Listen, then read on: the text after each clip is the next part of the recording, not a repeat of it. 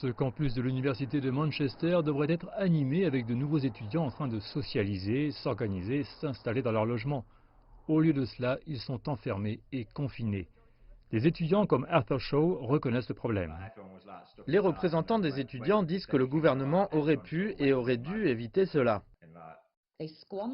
Ils ont gaspillé l'été, ils n'ont pas développé de pistage. Il n'y a aucune sorte de test universel pour les étudiants asymptomatiques.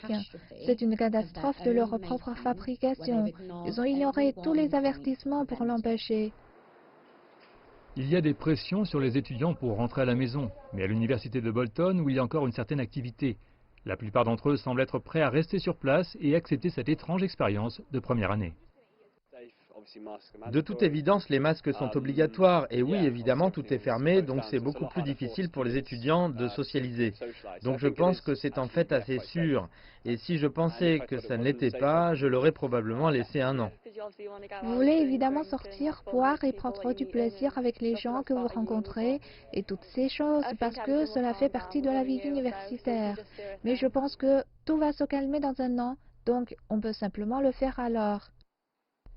Et à partir de cette semaine, il va y avoir de nouvelles mesures, un confinement plus strict dans le nord du Royaume-Uni et peut-être aussi à Londres.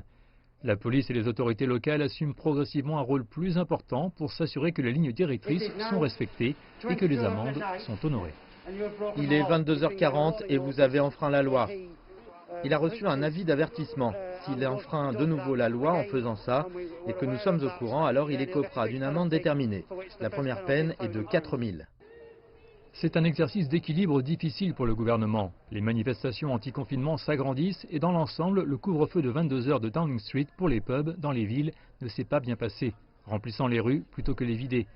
Mais peu à peu, le Royaume-Uni prend conscience de la réalité de cette deuxième vague du virus et la nécessité de répondre en conséquence.